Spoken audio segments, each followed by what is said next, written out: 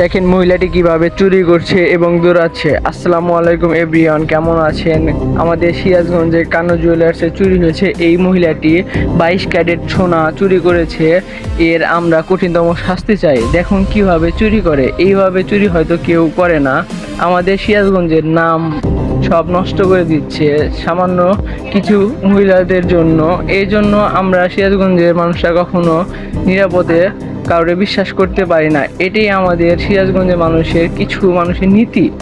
আমরা ভিডিওটি আগে পুরোপুরি দেখি, তারপরে কিছু কথা বলা যাবে।